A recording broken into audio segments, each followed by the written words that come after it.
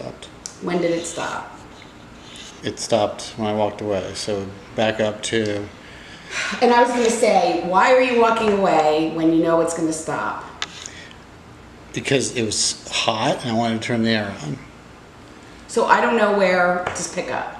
Hey everybody, welcome back to my channel. We're here for part 2 of my own personal FBI agent. This part is about the lie detector test that I had to take, and it's just one of those experiences that I'm glad I got to have, and now I get to share it with you. So you'll learn everything you ever want to know about a lie detector test and more. Stay tuned.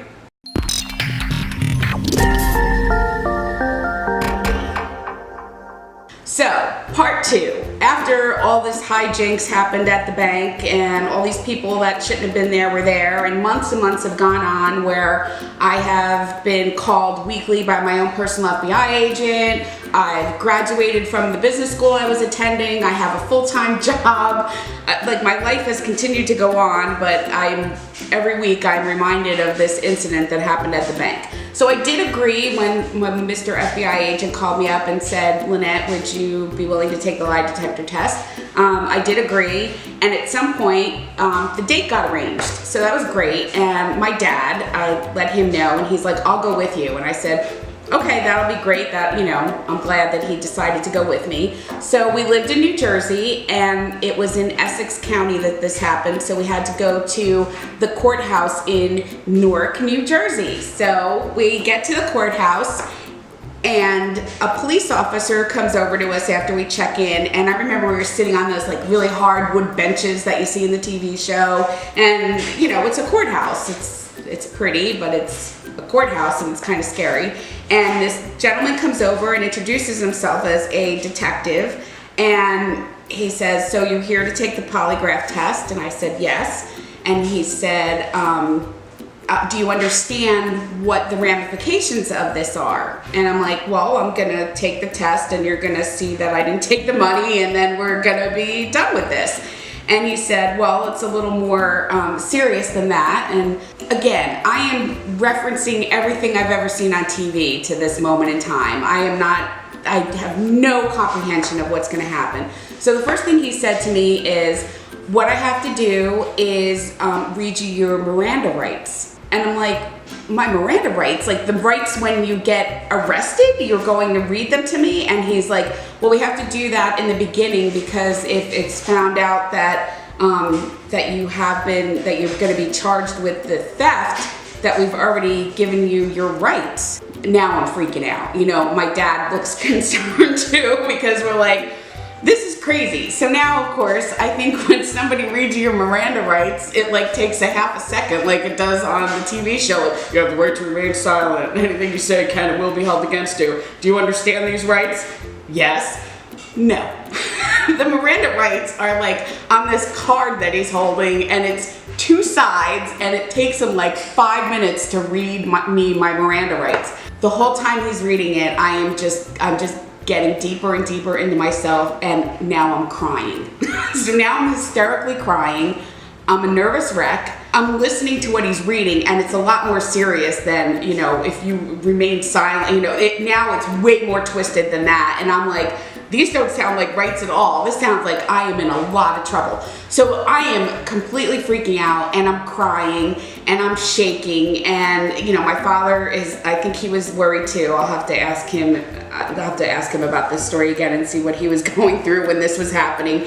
And the detective's like, why are you so upset? And I'm like, you're gonna send me up the river. I'm like, how can I take a polygraph test when I'm shaking, I'm crying, I'm scared? I'm like, I have no idea if this test is gonna be truthful or not. I don't know if I'm gonna whack it out of the system, because I had no idea what I was getting myself into, and I'm scared. And he's like, well, do you not want to take the test? I'm like, no, because I'm innocent. So it's like this big scene out in the public part of the courthouse. I'm just nervous. I'm like, no, I'm gonna take it. And then I said, well, it's my understanding that it doesn't matter if I pass or fail, you can't use these results in the courtroom. And he's like, no, we can't use these results in the courtroom, but what happens is I become a witness against you, and so does the man administering the polygraph test. He also becomes a witness against you that you failed the polygraph test. I'm like, so again, in my head, I'm going like, TV sucks. They are so wrong. They don't tell us the truth about anything. I have been totally bamboozled. So I'm like, listen, I know I didn't take the money, so I'm like, okay, you know, let's do this. So they let me calm down, and they bring me into this small room. So that part they had right. It's like the size of a closet, and it's an ugly room, and there's a man behind a table, and he has this big machine, because I remember they made me sit absolutely straight, and they wouldn't let me look to the right, which is where the machine was, or look at the guy. They just, you know, look straight ahead, look straight ahead. So I had to keep looking straight ahead, but you know, I would glance out of the corner of my eye, and I could see like the machine it would look like, you know, when they measure earthquakes on the size of graphic machine, like it had the needles and everything. So now the man who is going to administer the test starts going on this spiel about the history of the polygraph test. He tells me how it came to be. I mean, the entire history of the polygraph machine. Like, that was probably a good hour. Then he tells me stories of individuals that have tried to lie to the polygraph test and how it doesn't work and why. And then he tells me about every electrode and thing and wire and every gizmo he's gonna attach to my body. He tells me why I can't lie to each of these parts, because they can sense every single thing going on in my body without me even knowing it. So then I tell him, okay, well, I was freaking out in the hallway because I'm so upset and scared about what's going on. And he's like, well, that's why we take a baseline so that we can tell where you are. We do like a test, like a quiz, if you will. He said, all we do is ask you 10 questions on the polygraph, and we ask you these same 10 questions 3 times. And you are to answer either yes or no, whichever is the truth. So there are 10 yes and no questions, and they're only about the specific incident that happened that particular day at the bank. Just the facts, ma'am. So they really narrow it down. So I started feeling a little more comfortable, and I think I was in the room like for 2 hours before he even started strapping anything on me, between the history and telling me what he was going to do. So I guess I was in a much better place. He probably had spent 2 hours with me because I was such a mess, and I don't think they do this with everyone. I just happen to be the special person. They hook me all up. I'm all hooked up. I'm staring straight ahead, and they have to do the baseline test first. And the baseline test is all personal questions about you. And I'm sorry, it wasn't personal questions. They had to do 2 base tests. The first base test was where he said a number in order, 1 through 10, and each time he said it, I had to, well, first I had to pick a number in my head, but I had to say yes and no to each one of the numbers. And you can lie about a number that you picked in your head pretty easy. I mean, that's easy peasy, right? You're just gonna, you know, pick the number 2. So I'm like 2, so I can lie about what number I picked. So I go through the test and staring straight ahead. I lie yes, no to each one of them. He shows me my result for the number 2 that I lied. The little needle like went off the page. I mean, it was like a 10 earthquake in California. That's how much it went off the page. So that even made me feel a little better too. I'm like, okay, so this thing is pretty sensitive, and I didn't take the money, so this is gonna be awesome. So now it's time for me to take the test. And I know all the 10 questions because they tell them to me before they give me the test. And there's 2 questions in there that are not about the incident. One is about your age, and the other one is about your marital status. And I think that's just also to keep the base thing going. So we go through the questions. And one of the questions, which I also thought was kind of funny, was he said, we're gonna ask you if you stole this particular amount of money on this day. We're not going to ask you if you stole money from the bank. He goes, because everybody steals money from the bank, and we know that, so we don't ask that question, because then people would have to lie and then we would know. So it's only pertaining to this particular instance. So I'm not going to say whether or not I did or did not ever steal money from the bank, but I'm going to say no, I have not ever stolen money from the bank. So anyway, they go through the questions, and he goes through them the first round. We finish. He goes through them the second round. We finish. And now I'm getting ready for the third round, and he starts unhooking the things from me. And I said, I thought we had to do this 3 times. He's like, we went through it twice and you're fine. He's like, you came through fine, you're not lying. This shows very clearly that you were not involved in taking the funds that are missing from the bank. So I was like, ha-ha! Like, I felt like I wanted to scream it from the rooftops. I wanted to like go in your face. Like, I mean, I was just like, I was so excited. Like, I was finally proven innocent, you know, after all this time. And I just remembered those people that were, you know, looking at me like I did it as I was walking through the bank. And I just felt so much like, I just felt so wonderful that I had been proven innocent. So they come in and they sit with me again, and they said, you know, what do you think happened that night? Who do you think took the money? And I said, I really think it was the Wells Fargo guy, because he wasn't where he was supposed to be, and then he left that note there. I said that was really dumb, and it just didn't make sense to me, because all those other people had been in the bank before, like the cleaning people there every night. I'm sure people have left money out before. I have a question. Yeah. Wasn't there closed caption TV in the bank? Not behind the counter. That's weird.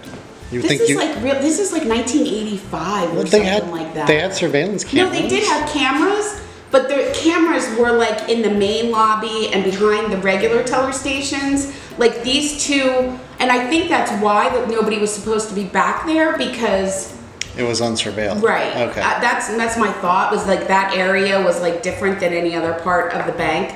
Again, I don't know, but I know that he wasn't supposed to be there and he was there. Okay. So, so that I said, I think it was him. And they said, well, he died 6 months ago from a cocaine overdose. And I said, all right, well, I think that's it. I said, so now what happens? And he said, so we had to give polygraph tests to every single person that was in the bank that night. That was every single person. That's why it took all of that time, because there must have been over 50 people that had to be interrogated over this instance, because it was greater than $4,000, which is a federal crime. Anyway, I guess everybody that took it, nobody was found guilty. They obviously couldn't give the Wells Fargo guy a polygraph test because he is deceased. So I said, now what happens? And they're like, well, that's $6,000 worth of blow. Right up his nose. Blow up his nose. So, I mean, it's sad, but it's funny, but it's sad, but I mean, we don't know. He could be innocent too, and maybe somebody was able to fool the polygraph machine.